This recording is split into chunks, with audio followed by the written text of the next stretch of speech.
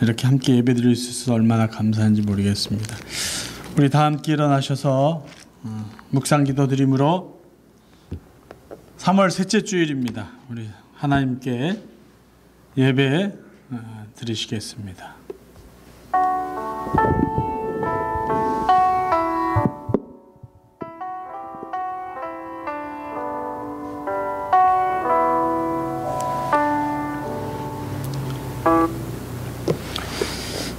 하나님이 가라사대 저가 나를 안즉 내가 저를 건지리라.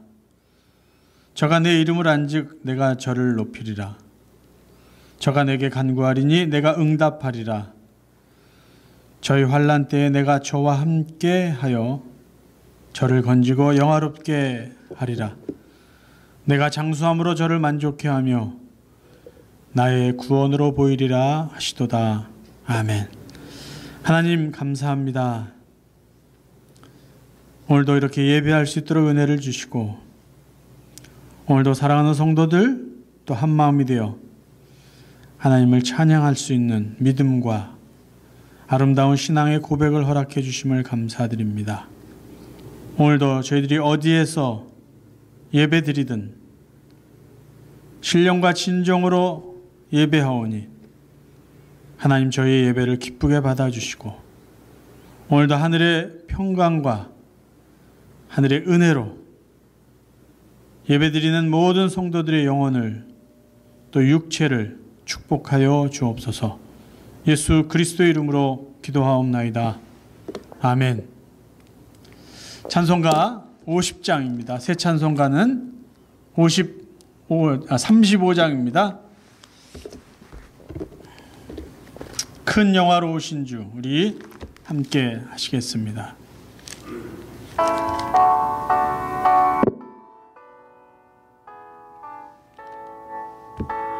큰 영화로우신 주 이곳 셔서 이 모인 자들로 주 백성 삼으사 그 중에 항상 계시고 그 중에 항상 계시고 큰 영광 나타내소서.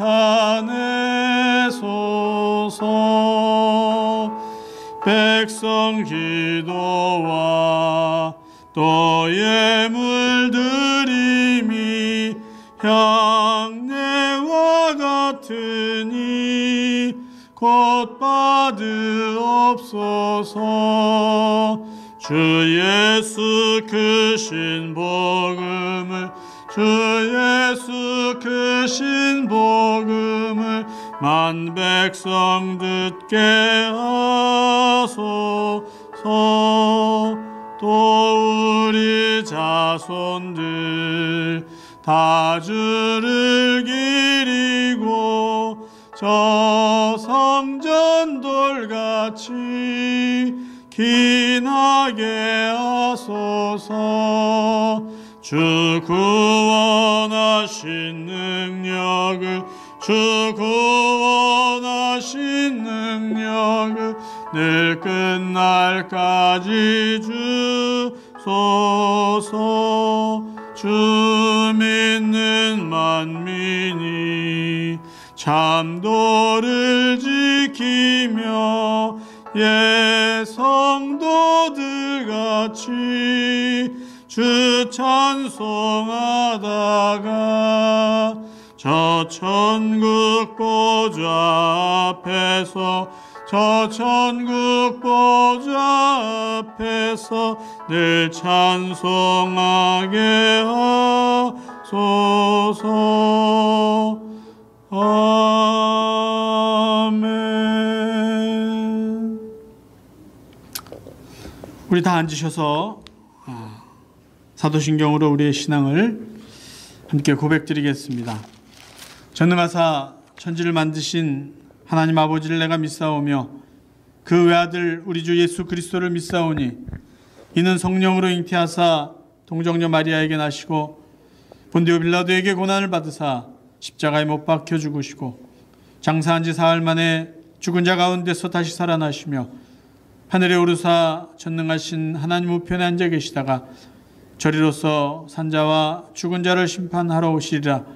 성령을 믿사오며 거룩한 공회와 성도가 서로 교통하는 것과 죄를 사하여 주신 것과 몸이 다히 사는 것과 영원히 사는 것을 믿사옵나이다. 아멘. 잠깐 기도하겠습니다. 하나님 우리 아버지, 오늘도 변함없이 저희들에게 새로운 날을 주시고 또 새 생명 허락하여 주시고 오늘도 거룩하고 복된 주일을 기억하여 하나님 앞에 예배할 수 있도록 은혜를 주심을 감사드립니다. 이 땅에 살아가는 동안 예수 그리스도 구주로 믿게 하시고 하나님께서 예수를 통해서 행하신 십자가의 죽음과 부활, 승천, 다시 오실 그 주님을 믿으며 오늘도 이 세상에 살아가지만 하나님의 자녀로 천국 백성으로 참 소망 가운데 살게 하여 주셔서 다시 한번 감사를 드립니다. 지금 전 세계적으로 코로나19 바이러스 때문에 많은 환자들이 생기고 또 많은 사람들이 죽고 그래서 많은 사람들이 두려움과 불안에 사로잡혀 있습니다. 하나님 간절히 기도합니다. 코로나19가 빨리 종식될 수 있도록 하나님 은혜를 허락하여 주옵소서. 특별히 코로나19 감염된 많은 사람들 건강을 회복시켜 주시고 뜻하지 않게 가족이나 친지들을 잃은 많은 사람들을 하나님 위로하여 주옵소서. 이곳 캘리포니아에 살고 있는 우리 주위의 사람들에게도 다시 한번 건강을 지켜주시고 병마로 인하여 고통에 빠지지 않도록 하나님께서 온전하게 지켜주시기를 간절히 기도합니다.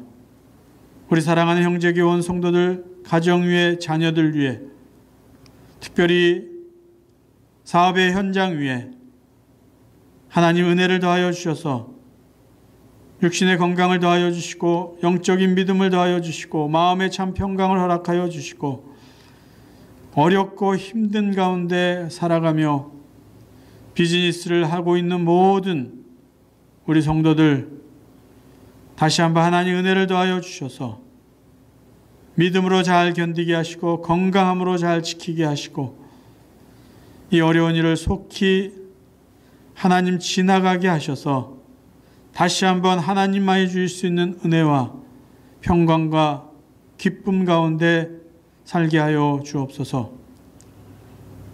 세계 많은 교회가 가정에서 온라인으로 예배를 드립니다. 어디에서 예배를 드리던 하나님 주께서 찾으시는 신령과 진정으로 예배드리는 온 성도들 되어 가정에서도 하나님을 만나고 가정에서도 하나님의 말씀을 통한 은혜를 누리게 하시고 예배드리는 곳이 가정이든 교회이든 어디서든지 하나님을 예배하며 찬송하며 기도하여 우리 예배가 하나님께 산 제사로 드려지는 생명력 있는 예배가 되게 하여 주옵소서. 오늘도 예배하며 마음을 낮추어 하나님 앞에 기도합니다. 어렵고 힘들 때일수록 우리 자신을 되돌아보게 하여 주시고 어렵고 힘들 때일수록 하나님을 더욱더 의지하며 믿음으로 기도하여 이 고난과 역경의 시간을 이겨나가며 이러한 시기를 통해서 하나님 우리에게 주시는 말씀을 겸손히 듣는 저희들 되게 하여 주옵소서. 다시 한번 간절히 기도합니다. 사랑하는 성도들에게 은혜 위에 은혜를 더하여 주시고 속히 우리가 함께 모여 예배하며 주 안에서 아름다운 교제를 나눌 수 있도록 하나님 함께하여 주옵소서. 특별히 선교지에서 열악한 환경 가운데 코로나19 바이러스의 위협에 빠져 있는 선교사님들이 계십니다. 그들의 위험을, 그들의 어려움을 아시는 하나님, 건강을 지켜주시고 그들에게 하나님의 평강으로 함께하여 주옵소서. 오늘도 이 예배를 통해서 다시 한번 우리 하나님 영광을 받아주시고, 하나님, 우리 사랑하는 온 성도들 말씀으로 평강으로 축복하여 주옵소서. 예수 그리스도의 이름으로 간절히 기도하옵나이다. 아멘.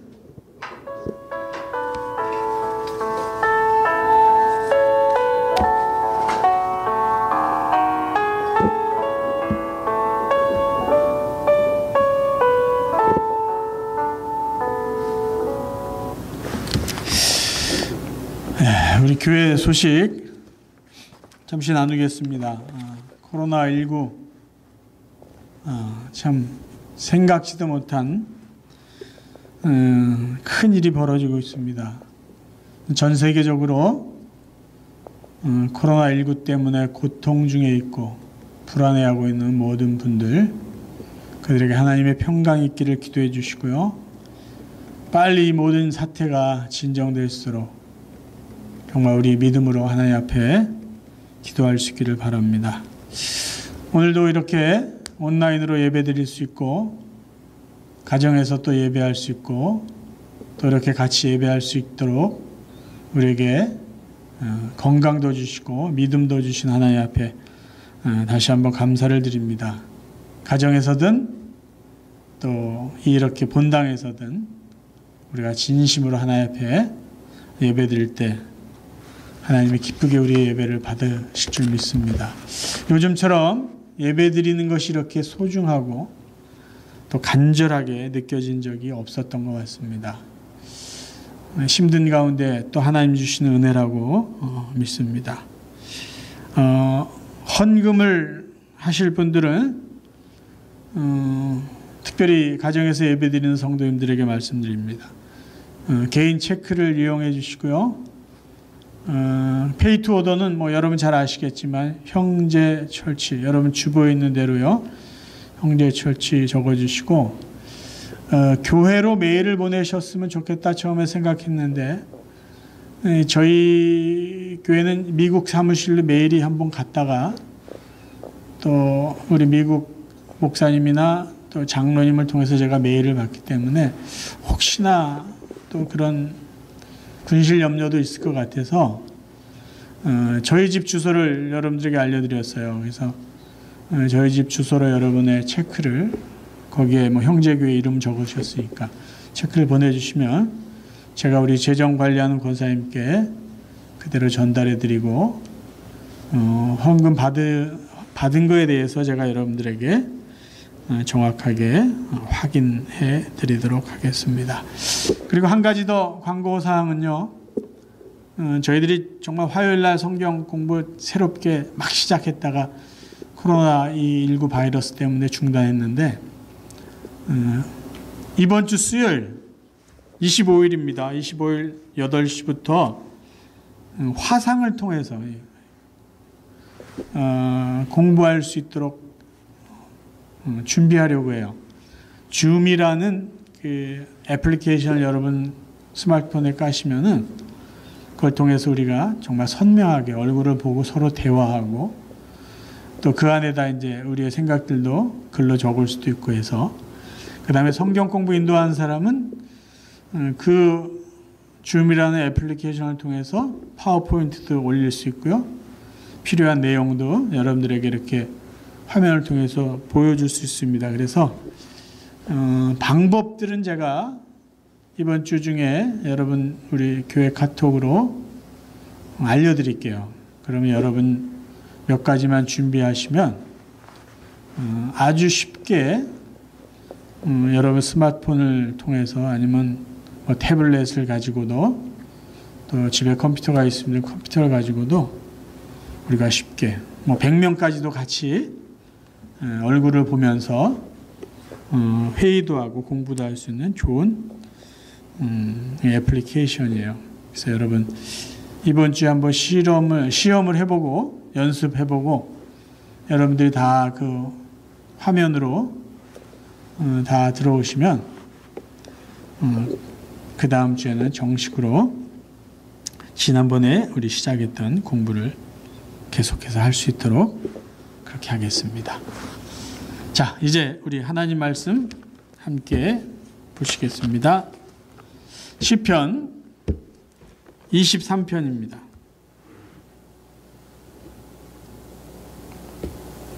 구약성경 시편 23편 1절에서 6절까지요. 저희 한 절씩 교독하겠습니다.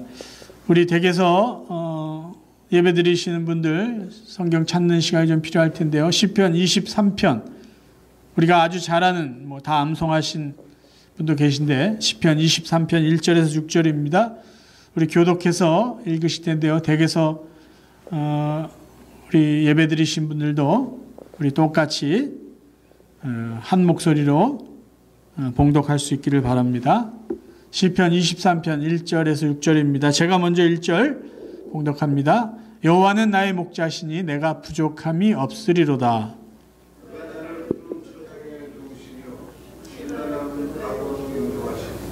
내 영혼을 소생시키시고 자기 이름을 위하여 의의 길로 인도하시는도다.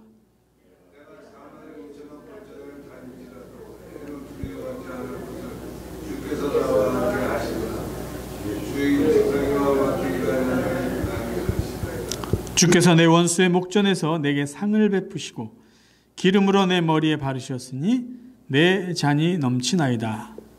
나의 평생의 선하심과 인자하심이 정녕 나를 따르리니 내가 여호와의 집에 영원히 거하리로다. 아멘. 지난 한 주간을 보내면서 저는 지금 우리가 살고 있는 적어도 이 미국 이 땅의 상황은 마치 사망의 음침한 골짜기와 같은 그러한 분위기입니다. 정말 놀랐습니다. 사재기들이 시작이 되었고요.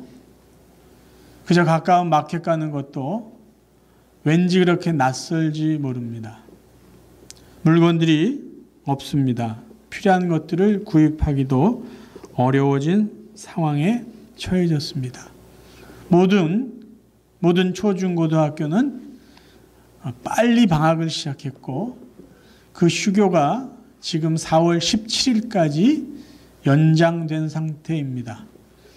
그리고 여러분 다 아시다시피 지난 19일 금요일 날 캘리포니아 주지사가 공식적으로 행정명령을 선포했습니다. Safer at home. 그러니까 가택 금지는 아닌데 가능한 한 집에서 머물러 있어라라는 거죠. 그리고 아주 필수적인 업무나 그런 행정, 그런 사무 외에는 모든 것을 중단하라고 행정명령을 내렸어요. 그래서 이것을 어기면 이제 법적으로 벌금을 매길 수 있는 그런 상태가 되었습니다.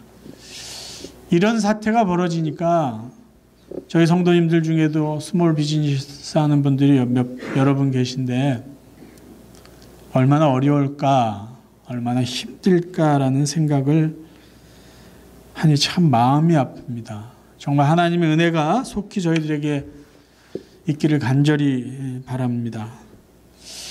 이런 조치가 취해진 것은 사실 이 미국 상황만 살펴봅니다.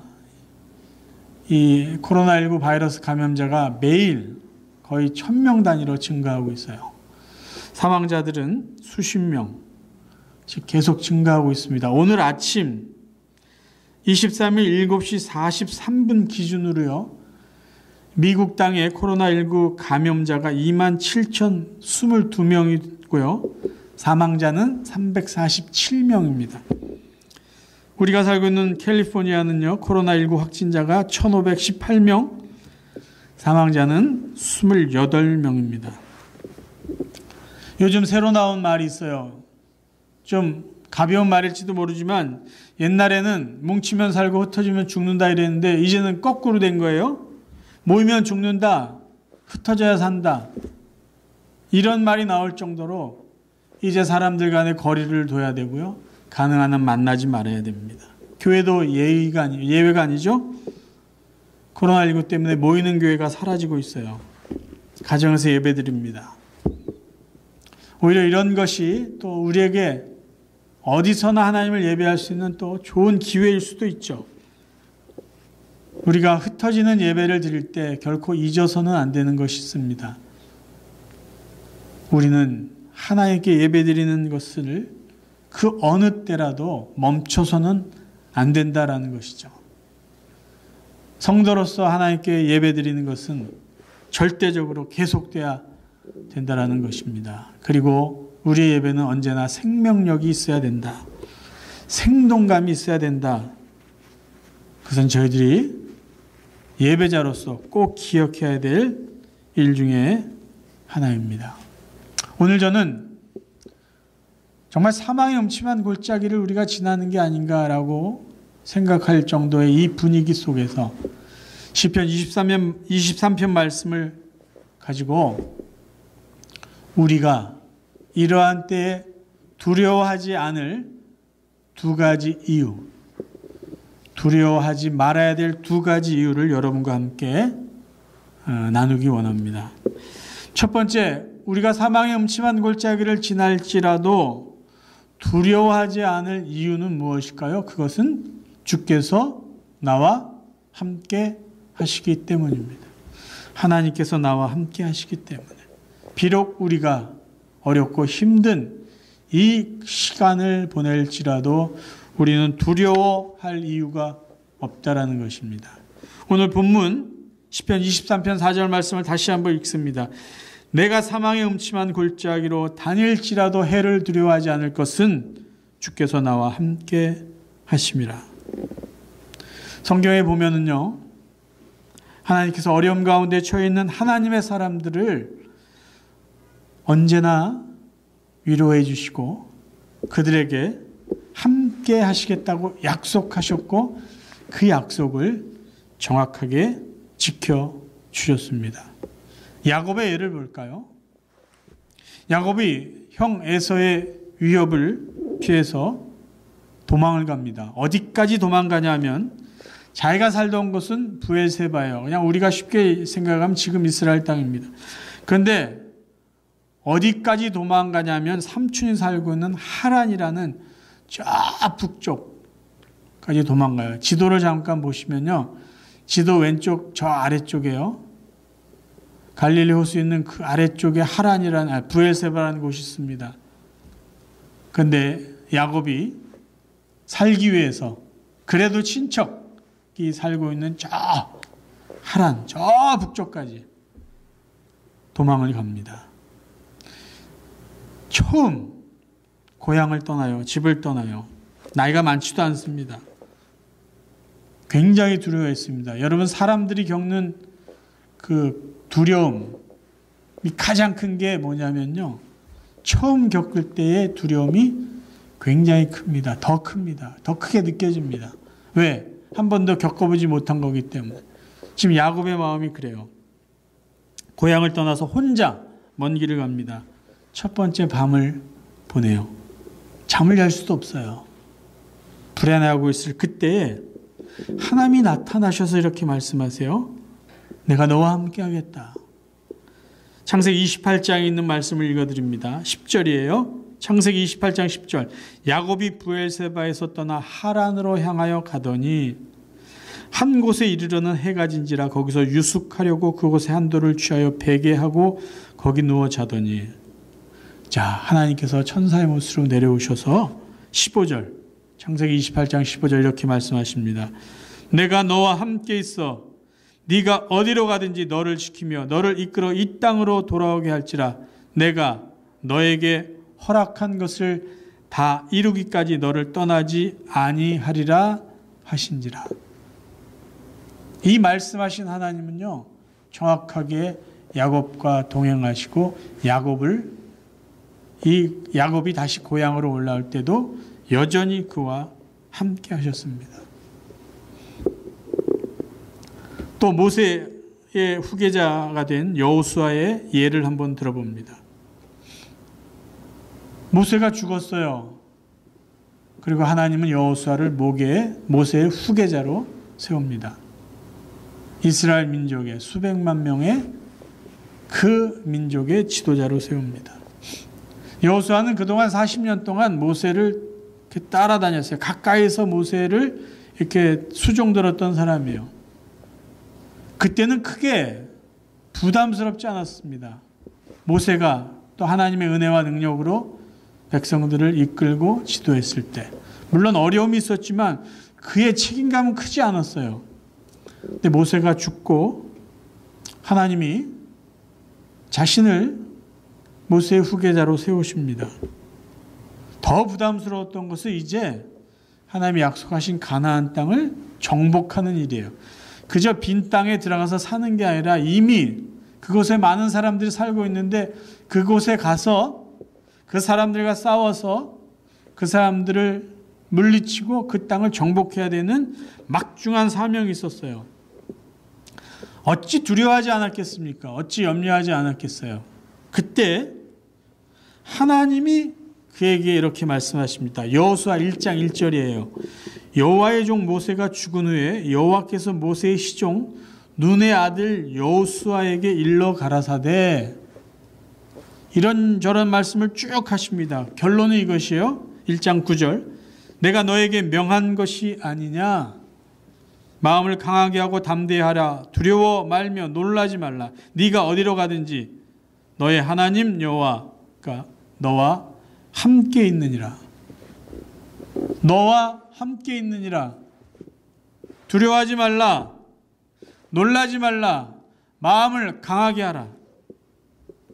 우리 아버지 하나님은요, 우리와 함께 하신 분이에요. 그러니까 우리가 두려워하고 염려하고 있을 때 하나님께서 이렇게 말씀하시는 거예요. 왜 내가 너와 함께 있는데 왜 두려워하냐? 뭐가 걱정이냐? 어떤 상황이 있어도 우리가 기억해야 될 것이 있어요. 아, 하나님이 나와 함께 하시는구나. 그것을 기억한다면 우리의 두려움은 하나님이 맡아주시기 때문에 사라질 수 있어요. 여러분, 야곱이 대단한 사람이라서 하나님이 함께 하셨을까요? 야곱은요, 비열한 사람이에요. 형을 속이고 아버지를 속인 사람이에요. 근데 왜 하나님이 그와 함께 하시겠다고 직접 그를 찾아가서 약속해 주시고 그의 평생의 삶을 동행해 주셨을까요? 하나님이 택한 자녀이기 때문입니다. 내 자식이기 때문이에요. 저희도 똑같습니다. 우리가 뭐 큰 일을 했기 때문에, 우리가 뭐 대단하기 때문에 하나님이 그래 나와 함께 하시겠지. 그게 아니라 하나님이 우리의 아버지이시기 때문에 우리와 함께 하시는 것이에요. 내가 하나님의 자녀이기 때문에 하나님이 우리를 지켜주시는 것뿐이에요. 우리와 함께 하시는 하나님은 어떤 분일까요? 그 어떤 두려움과 그 어떤 문제보다 더 크신 분이죠. 코로나19 바이러스보다 더 크신 분이 하나님 아니에요? 이 온 우주보다 크신 분이 하나님 아니십니까? 우리가 두려워해야 될 것은요, 하나님이 우리와 함께 하신다는 것을 믿지 않으려고 하는 그 불신앙, 그 불안, 그 염려들을 우리는 경계해야 된다는 것이에요. 예수님도 말씀하셨어요. 약속하셨어요. 마태복음 28장 20절. 마지막 사역 마치고 승천하실 때 뭐라고 약속하셨냐면요, 내가 세상 끝날까지 너희와 항상 함께 있으리라. 너희와 항상 함께 있겠다라고 약속하셨어요. 요한복음 14장에 보면 제자들에게 이렇게 약속하십니다. 너희는 마음에 근심하지 말라. 하나님을 믿으니 또 나를 믿으라. 왜 이 얘기를 했을까요? 내 아버지 집에 거할 곳이 많도다. 그렇지 않으면 너에게 일렀으리라. 내가 너희를 위하여 초소를 예비하러 가노니 가서 너희를 위하여 초소를 예비하면 내가 다시 와서 너희를 내게로 영접하여 나 있는 곳에 너희도 있게 하리라. 왜 이 말씀을 했냐면요, 내가 지금 하늘나라에 갈 건데 걱정하지 마. 근심하지 마. 나를 믿어. 하나님을 믿어. 왜? 내가 하늘나라 가는 것은 너희들이 살 초소를 예비할 거야. 그리고 다시 올 거야. 그리고 예수님이 뭐라고 얘기하신지 아세요? 14장 18절이에요. 요한복음 14장 18절. 내가 너희를 고아와 같이 버려두지 아니하고 너희에게로 오리라. 고아와 같이 버려두지 아니하고. 무슨 말이에요? 너희들은 내 자녀라는 거예요. 내 자식인데 어떻게 버립니까? 내 자식인데 어떻게 불안하고 걱정하고 염려하고 있는 것을 내버려 두시고 모르는 척 하시겠냐라는 거예요. 너희들은 고아가 아니다. 내 자식이다. 내가 너와 함께한다. 걱정하지 마라. 그런데요, 좀 더 실제적인 이야기를 할까요? 그렇다고 지금 이 상황을요, 우리가 쉽게 넘어갈 수 있는 것은 아니잖아요. 그렇다고 뭐 마음대로 어디 다녀서도 안 되잖아요. 또 사람들과 관계도 있잖아요. 예수 믿는다고, 하나님이 우리와 함께 하신다고 내가 코로나19 바이러스에 감염되지 않는다고 누가 보장하겠습니까? 예수 믿는 사람들 중에도요, 이 전염병에 걸려서 죽는 사람들이 있어요. 하나님이 함께 하신다고 제가 아프지 않습니까? 아플 수 있어요. 우리는 예수님, 하나님이 우리와 함께 한다고 평생 건강하게 산다고 장담할 수 없어요. 자, 그럼 우리가 어떻게 해야 될까요? 라는 거예요. 자, 지금이 다윗의 고백처럼 사망의 음침한 골짜기를 다니는 그런 상황이라면 우리는 어떻게 해야 될까요? 그래야 하나님 우리와 함께 하세요. 그래서 나는 크게 걱정하지 않겠습니다. 그런 마음을 갖고 있다고 한다면 우리는 어떻게 해야 될까라는 거예요. 극단적인 상황까지 갈 것을 우리가 예상하고 있다면 우리가 지금 무엇을 해야 되고 어떻게 살아가야 될까요? 라는 거예요. 예수님이요, 그분의 개인적인 이 땅의 삶이 끝나는 그 마지막 때가 왔을 때 어떻게 살았는지 우리 한번 참고해 봤으면 좋겠어요. 요한복음 13장 1절에 이렇게 말합니다. 유월절 전에 예수께서 자기가 세상을 떠나 아버지께로 돌아가실 때가 이른 줄 아시고, 그렇죠? 이제 예수님은 사망의 음침한 골짜기를 가는 것으로 끝나는 시간이에요. 지나가는 게 아니라 사망의 골짜기 마지막을 가고 있어요.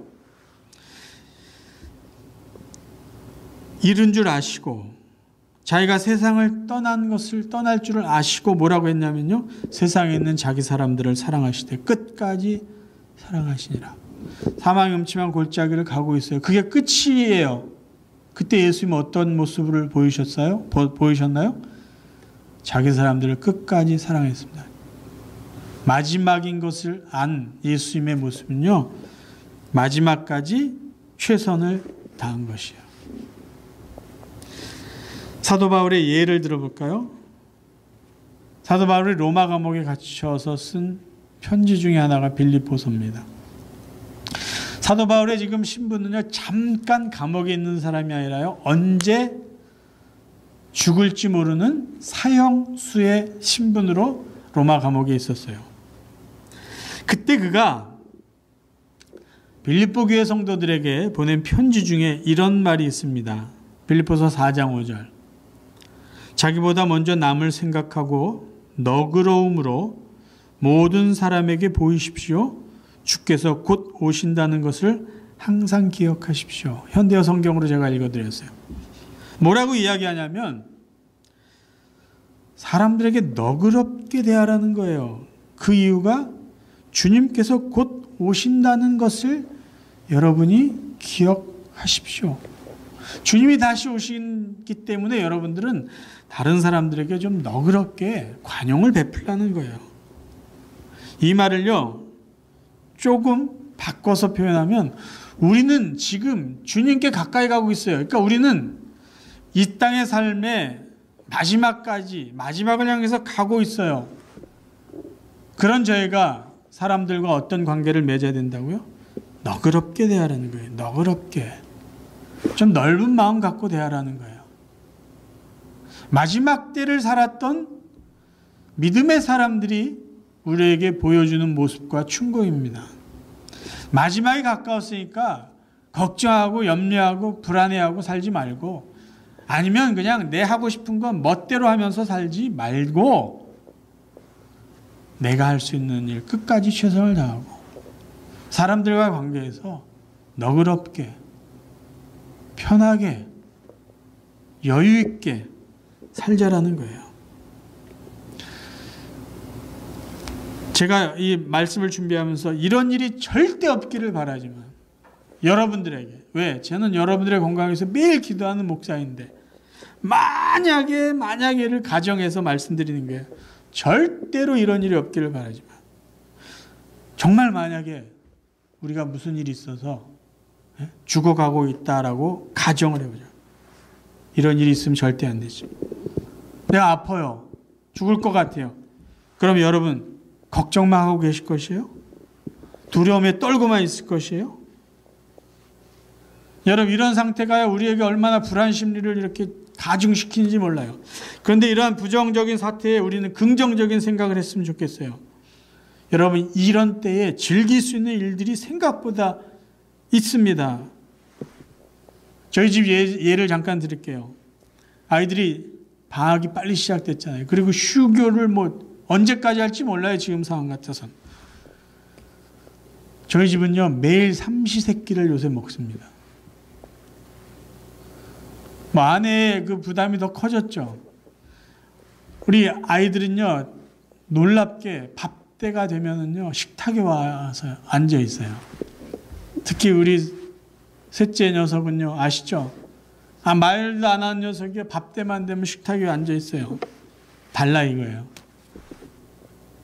삼시세끼를. 지금 우리 아들이 잠깐 나가서 살지만 지금 5명이. 큰애가 일이 있어서 나가지 않으면요. 현재 우리 5명이 삼시세끼를 먹는 거예요. 아침, 점심, 저녁. 어떨 때 미안해요. 요즘엔 아주 다양한 음식을 먹고 있습니다. 참 감사한데 어떨 때 미안해요. 3끼를 다 먹는다는 게. 그게 부담이 될 수 있어요. 또 누군가 일을 더 많이 해야 되니까. 근데 여러분 생각해 보세요. 제가 그 상황을 보면서 조금 미안하지만 맛있는 거를, 새로운 음식을 이렇게 먹는다는 기쁨과 감사가 있으면서 제가 느낀 게 있어요. 평소에 온 식구가 이렇게 모인 적이 있는가라는 거예요. 아주 어렸을 때 말고는요, 밥 같이 먹어보기 힘들어요. 이렇게 가족들이 모일 수 있는 기회가 외부적으로 보면 부정적인 일들이 벌어지고 있지만 안에 보니까요, 가족들이 이렇게 함께 모여 있을 수 있는 시간, 그것도 하루 종일. 야, 이건 대단한 기회라는 거예요. 물론 그 전에 저희들이 이 코로나 사태가 생기기 전에 우리 가정 예배를 또 새롭게 시작을 했어요. 여러분 생각해 보세요. 가족들이 어쨌든 집에서 하루 종일 같이 보낼 수 있는 이 시간이 얼마나 소중한가. 그래서 여러분에게 도전드립니다. 아이디어를 드려요. 이런 때에, 이 소중한 때에 가족들과 함께 할 수 있는 시간들을 보냈으면 정말 좋겠습니다. 같이 모여서 이 상황을 위해서 기도하는 거 할 수 있잖아요. 같이 예배 드리는 거, 오늘처럼 여러분 가정에서 예배 드릴 수 있잖아요. 같이 음식을 만들었으면 좋겠어요. 같이 음식 만들고 맛있던 또 맛이 좀 없던 요리 만들면서 같은 시간을 보내고, 영화도 같이 보고 아니면 게임도 같이 하고, 이 소중한 기회를 여러분 낭비하지 않았으면 좋겠어요. 제발 그냥 각기 이 방 저 방에 앉아서 스마트폰 보면서 그렇게 시간을 개인적으로 보내지 않았으면 좋겠어요.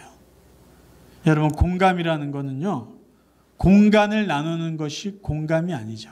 마음을 나누는 것이 공감 아니에요. 그러니까 이 기회가 오히려 가정 안에서는 가족과 함께 마음을 나눌 수 있는 공감의 기회가 되기를 간절히 바랍니다. 부정적인 상황에서 긍정적인 일을 하자는 것이에요. 걱정만 하지 마시고, 뉴스 보시면서 한탄만 하지 마시고, 지금 우리에게 주어진 가족과 보낼 수 있는 소중한 시간을 보다 더 의미 있게, 귀하게 계획해서 즐길 수 있는 여유가 있기를 여러분들에게 간절히 도전하고 바랍니다. 지금 우리가 읽은 시편 23편은요. 다윗이 어렸을 적에 양을 치면서 그가 경험했던 하나님에 대한 믿음의 고백이에요. 그런데 잘 보시면요. 그는 지금만, 그러니까 현재의 상황만을 놓고 아니면 과거에 있었던 일만 가지고 하나님 앞에 자기의 믿음을 고백하고 노래하고 있지 않습니다. 다윗은요, 미래, 어디까지 향한 미래냐면요, 영원을 고백하는 그의 믿음이 이 시의 고백이 되어져 있습니다. 시편 23편 6절을 보세요. 시편 23편 6절을 보면 나의 평생에 선하심과 인자하심이 정녕 나를 따르리니 내가 여호와의 집에 영원히 거하리로다 라는 말이 있어요. 영원히. 다윗의 믿음은요, 과거와 현재에 머물러 있지 않습니다. 미래로 나아가는데요, 그의 믿음은 영원까지 나아가고 있어요. 자, 이제 우리가 이러한 상황 속에서 두려워하지 말아야 될 두 번째 이유가 여기에 있습니다. 만약에 지금 이 상황이 우리에게 다가와서 우리가 사망의 음침한 골짜기를 지나치지 못하고 사망의 음침한 골짜기에 빠져서 정말 이 세상에서 이별하게 된다 할지라도 두려워하지 않을 이유가 있어요. 뭐냐? 우리의 삶은 이 땅에서 끝이 아니고 영원까지 천국에서 이어지게 되어 있기 때문이에요. 그러니까 우리의 인생은요, 이 세상이 끝이 아니라는 거예요. 우리의 인생은 이 세상에서 끝남과 동시에 천국에서 영원으로 시작되기 때문이에요. 좀 더 극단적인 표현을 합니다. 이 세상에서 끝났어요. 제가 아파요. 제가 감염이 돼서 죽었어요. 죽어가고 있을지라도 두려워하지 않을 절대적인 이유가 있어요. 왜? 제가 이 땅에 살다 죽어도 끝이 아니기 때문이죠. 하나님과 함께 예수 그리스도께서 천국에서 준비해 놓으신 그곳에서 나는 새로운 삶을 시작하기 때문에 내가 비록 죽어가고 있다 할지라도 두려워할 이유가 전혀 없다라는 것입니다. 예수님께서 어떻게 십자가의 고난을 잘 견딜 수 있었을까요? 예수님이 어떻게 아버지 하나님의 저주, 버림받음을 잘 이겨나갈 수 있었을까요? 예수님이 알고 계셨던 게 분명한 게 있어요. 하나는 뭐냐면 내가 다시 살아날 것이다 라는 것을 예수님은 알고 계셨어요. 하나님께서 나를 부활시켜 주실 것이다 라는 것을 예수님은 믿고 있었어요. 그래서 예수님은 사랑하는 제자들과 또 주의 그를 따라왔던 많은 사람들과의 이별, 때로는 배신, 아버지 하나님의 버림, 죽음의 고통, 십자가의 고난, 이런 걸 다 이길 수 있는 이유, 다시 살 것을 예수님은 아셨기 때문이에요. 하나님께서 다시 살려주실 것을 믿었기 때문이에요. 그래서 이 땅에 살아가고 있는 성도들이요, 가족 간의 이별이나 개인의 죽음, 이 모든 두려움을 이길 수 있는 유일한 길은요, 부활신앙이에요. 부활신앙.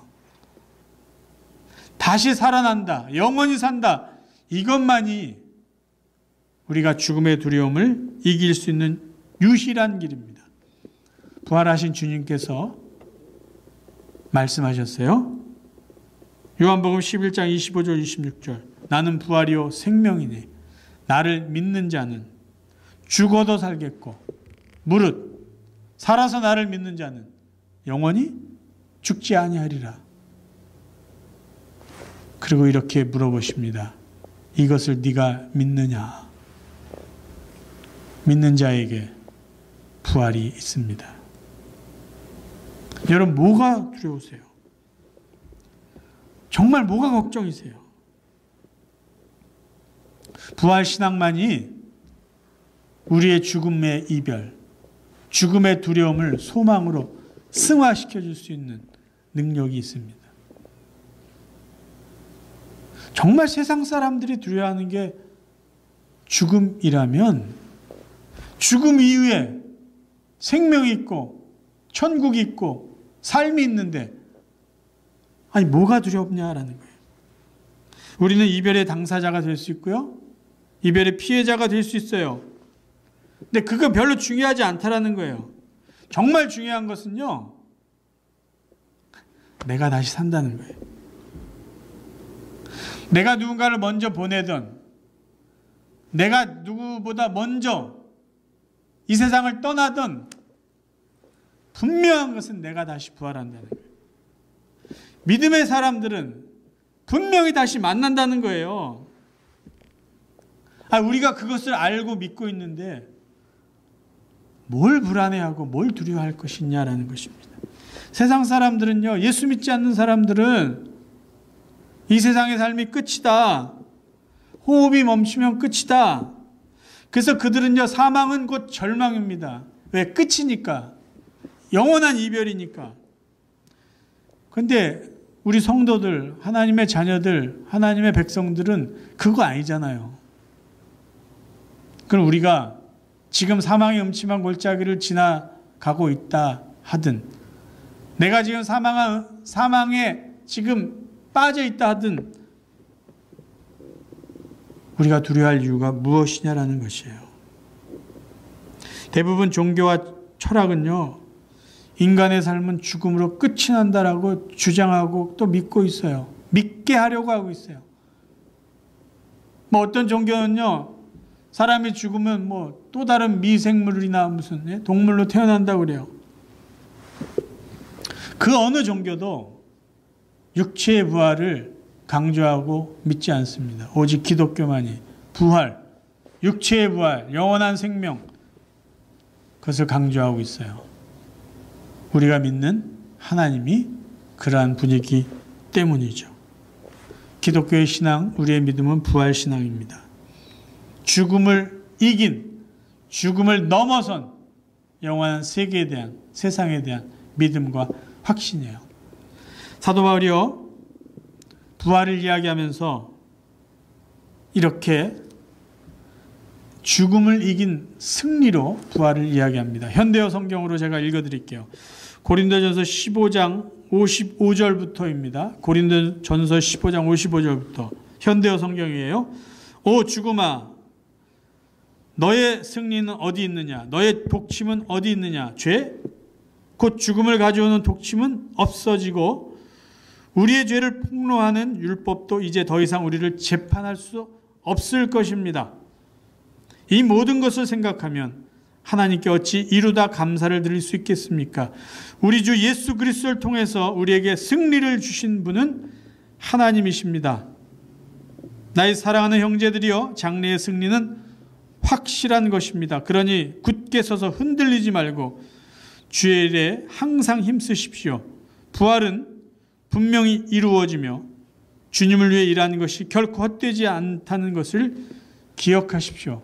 사망이 우리에게 주는 그 두려움은 이미 끝났다라는 거예요. 왜? 부활이 우리에게 있기 때문에. 죽음이 끝이 아니라 또 다른 삶의 시작이다. 굳게 서서 흔들리지 마십시오. 부활은 확실한 것입니다. 우리의 승리는 확실한 것입니다. 사도 바울이 강조해주고 있어요. 여러분, 믿음으로 산다는 것이 뭘까요? 죽음 너머의 세상을 바라보고 사는 게 믿음 아니에요? 은혜로 산다는 것은 무엇일까요? 죽음의 위협이 있을지라도 그것 때문에 휩쓸리지 않고요, 부활을 믿고 부활을 소망하면서 기쁘게 사는 거예요. 그게 은혜로 사는 것이에요. 지금 우리의 상황이요, 사망의 음침한 골짜기일지라도 두려워하지 않습니다. 기뻐해요. 감사해요. 왜? 우리에게는 부활의 소망이 있기 때문에. 그래서 성도들의 삶은 역설적인 삶이라고 말할 수 있습니다. 감옥에 있어도 기뻐할 수 있어요.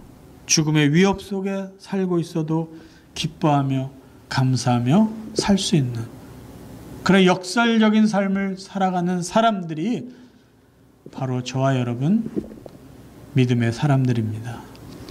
사랑하는 성도 여러분, 여러분의 목사로서 저는 날마다 여러분의 건강과 평강을 위해서 기도하고 있습니다. 하나님은 여러분을 지켜주실 거예요. 저는 믿고 있어요. 그러니까 여러분 제발 불안해하지 마시고 두려워하지 마시길 바랍니다.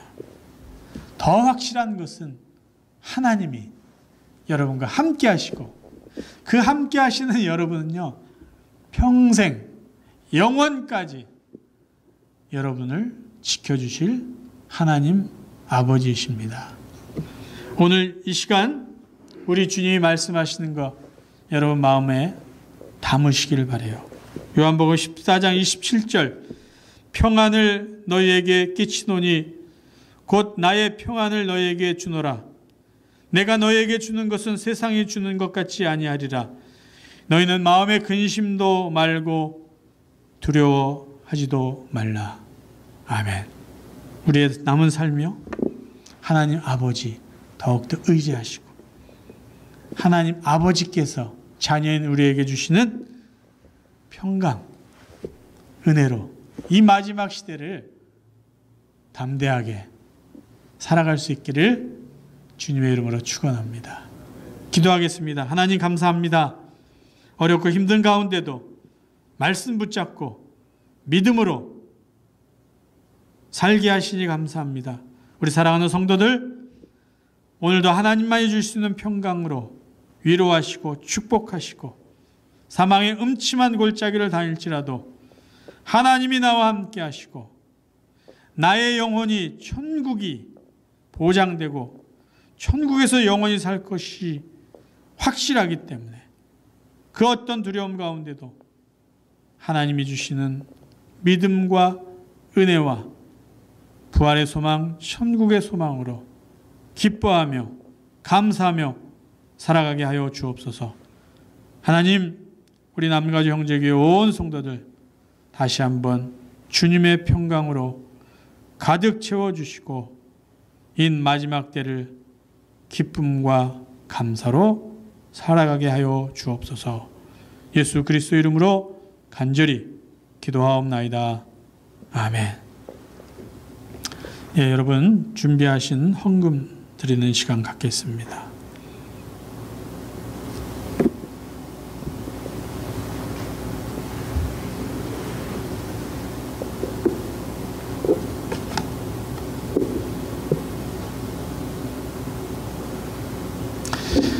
네, 헌금을 위해서 잠깐 기도하겠습니다. 하나님, 사랑하는 성도들 귀한 예물을 바칩니다.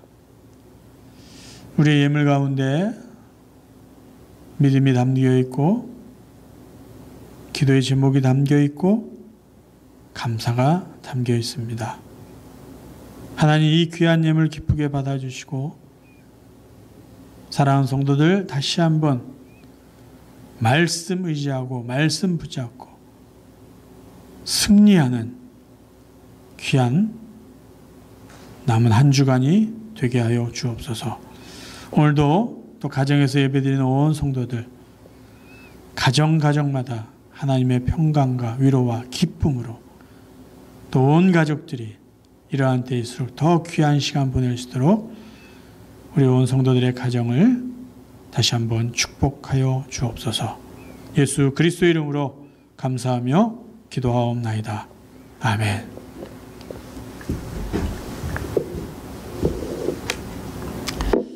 네, 감사합니다. 우리 다 함께 일어나셔서 우리 마지막 찬송 484장, 새 찬송가는 365장입니다.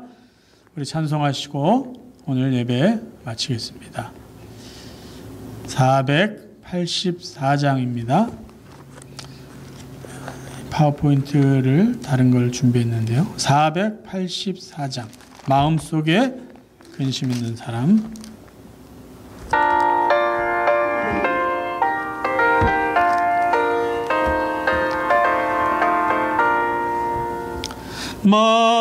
마음속에 근심 있는 사람, 주 예수 앞에 달래어라. 슬픈 마음 있을 때에라도 주 예수께 아뢰라. 주 예수 앞에 달래어라. 주리의 친구니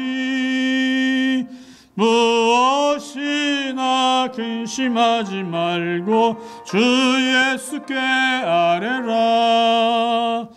눈물 나며 깊은 한숨 쉴 때 주 예수 앞에 아뢰어라. 은밀한 죄 내게 있더라도 주 예수께 아뢰라. 주 예수 앞에 아뢰어라.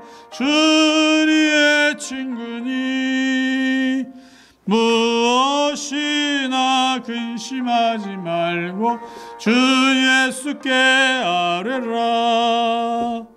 괴로움과 두려움 있을 때에 주 예수 앞에 아뢰어라. 내일 일을 염려하지 말고 주 예수께 아뢰라. 주 예수 앞에 아뢰어라. 주리의 친구니 무엇이나 근심하지 말고 주 예수께 아뢰라. 죽음 앞에 겁을 내는 자여 주 예수 앞에 아뢰어라. 하늘나라 바라보는 자여 주 예수께 아뢰라. 주 예수 앞에 아뢰어라. 주리의 친구니 무엇이나 근심하지 말고 주 예수께 아뢰라. 아멘. 지금도 우리 주 예수 그리스도의 은혜와 아버지 하나님의 무한하신 사랑하심과 성령님의 감화 감동 교제하심이 사망의 음침한 골짜기를 다닐지라도 두려워하지 않을 이유는 우리 아버지 하나님께서 함께 하시며 우리가 이 땅의 삶을 마지막으로 보낼지라도 두려워하지 않을 이유는 우리는 천국 백성이며 천국에서 영원히 살 것을 믿기 때문이기에 이 어려운 상황을 두려움 없이 살기로 결단하는 당신의 귀한 자녀들 위해 오늘도 함께 예배드린 온 성도들의 가정과 그들의 자녀와 또 그들의 사업 현장 위에 그리고 흩어져 살고 있는 모든 가족과 친지들 위해 영원까지 함께 없기를 간절히 축원하옵나이다. 아멘.